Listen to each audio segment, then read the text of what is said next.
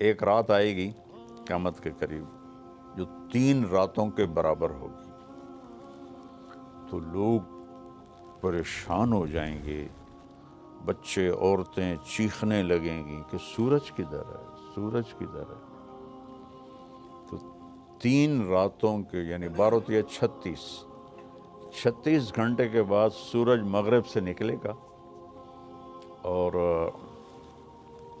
سرخ پیلا تھوڑا سا اوپر جائے گا اور پھر غروب ہو جائے گا۔ تو شیطان ایک دم سجدے میں گرے گا، کہے گا یا اللہ آج جس کو بھی تو کہتا ہے میں سجدہ کرنے کو تیار ہوں۔ تو اس کے چیلے پوچھیں گے کہ استاد جی یہ آپ کیا کہہ رہے ہیں؟ کہیں گے یہ میرے مرنے کا سب سے پہلا سائن آ گیا ہے۔ لیکن اس وقت توبہ بند ہو جائے گی، جو کفر پر ہے وہ اسلام اس کا قبول نہیں، اور جو توبہ کرنا چاہے اس کی توبہ قبول نہیں۔ پھر تھوڑی دیر کے بعد سورج مشرق سے نکلنا شروع ہو جائے گا۔ اس واقعے کے کچھ عرصے کے بعد صفا پہاڑ جہاں ہم صحیح کرتے ہیں، حالانکہ وہ چھپ چکا ہے، تو یہ اللہ کے نبی نے فرمایا میں دیکھ رہا ہوں کہ ایتھوپیا، جس کو عربی میں حبشہ کہتے ہیں، حبشہ کا ایک کالا آدمی پتلی پنڈلیوں اور ٹیڑھی پنڈلیوں والا، کیا میرے نبی کی نظر ہے، وہ بیت اللہ کا ایک ایک پتھر توڑ کے گرا رہا ہے۔ پہلے یہ ہوگا، جو بیت اللہ ٹوٹے گا تو پھر یہ اتنے بڑے بڑے ٹاور کون اور کیسے توڑے گا، یہ تو اللہ کو پتہ ہے، لیکن انہوں نے فلیٹ ہو جانا ہے۔ یہاں کتے پیشاب کریں گے، میرے نبی نے فرمایا مدینہ انسانوں سے خالی ہو جائے گا، مکہ انسانوں سے خالی ہو جائے گا۔ گزرنے والے قافلے کہیں گے یار لگتا ہے یہاں کبھی آبادی ہوگی۔ ابھی آپ اس آبادی کو دیکھیں، پھر حج میں آبادی کو دیکھیں، اور پھر آپ میری بات کا تصور کریں تو آپ کہیں گے یہ تو ایسے ہی مولانا صاحب بات کر رہے ہیں، اور میں اللہ کے نبی کی آپ کو سنا رہا ہوں کہ گزرنے والے لوگ کہیں گے یار لگتا ہے یہاں کبھی کوئی لوگ رہتے ہوں گے، لوگ رہتے ہوں گے۔ تو جب بیت اللہ کو توڑا جائے گا تو ان بلڈنگوں کو اللہ کسی زلزلے سے توڑ دے، یا اس وقت کوئی ٹیکنالوجی ایسی ہو کہ وہ ان سب کو ایسے فلیٹ کر لیں، تو صفا پہاڑ ننگا ہو جائے گا۔ پھر ایک دن صفا پہاڑ پھٹے گا، اس میں سے ایک جانور نکلے گا جو سارے اہل ایمان کے ماتھے کو ٹچ کرے گا، ایسے ایسے، صرف اہل ایمان، کافر نہیں۔ تو اس کے ایک ہفتے کے اندر سب اہل ایمان مر جائیں گے اور صرف کافر رہ جائیں گے، جانوروں کی طرح۔ یتہارجون تہارج البہائم، وہ سڑکوں پہ اس طرح فحاشی کریں گے جیسے جانور فحاشی کرتے ہیں۔ تو پھر اللہ اس سارے نظام کو زیرو کر دے گا۔ آپ کو حیرت نہیں ہو رہی ہے؟ اتنا بڑا سسٹم یار کا ایک پتھر نہیں ہے۔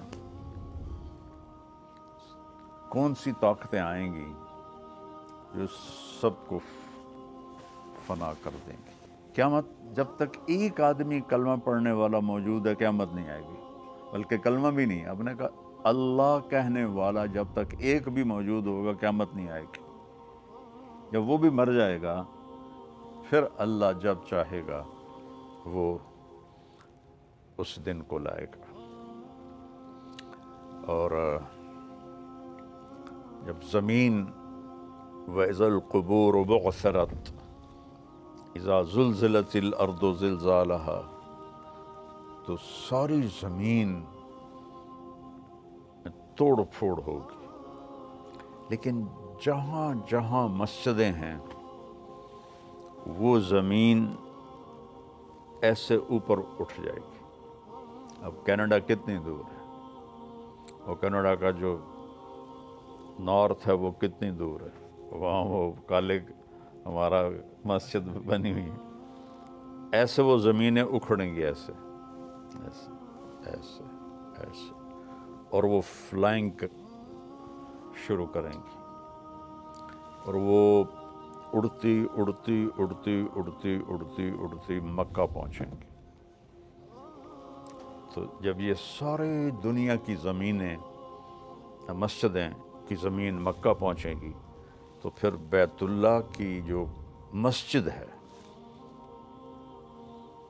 جتنی بھی بڑی ہو جائے، اس سے بھی شاید بڑی ہو جائے، وہ ساری ایسے اکھڑ جائے گی، اور وہ ساری مسجدیں اس کے ساتھ ایسے گیٹ ٹوگیدر ہو جائیں گی۔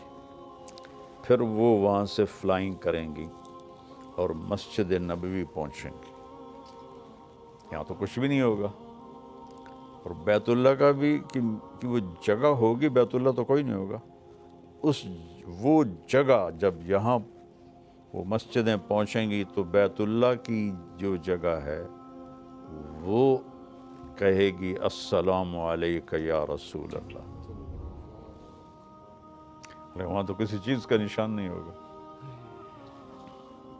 اللہ تعالیٰ اپنے نبی کی قبر بھی مٹا دے گا، لیکن نشان تو ہوگا، کہے گا السلام علیک یا رسول اللہ۔ پھر مسجد نبوی بھی اکھڑ جائے گی، اور پھر یہ ٹریول کریں گے مسجد اقصیٰ کی طرف۔ آسمان کا جو دروازہ ہے وہ مسجد اقصیٰ کے اوپر ہے۔ دیکھو نا، اپنے نبی کو مکہ سے نہیں اوپر لے گئے اللہ تعالیٰ، مسجد اقصیٰ لے گئے، وہاں سے پھر اوپر لے گئے۔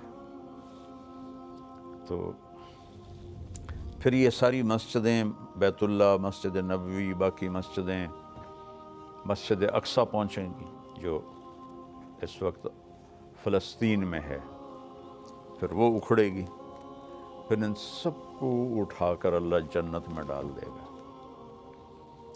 اور باقی سمندروں میں آگ لگ جائے گی۔ پھر کتنے سمندر ہیں، ان میں جب آگ لگے گی تو وہ کیا منظر ہوگا،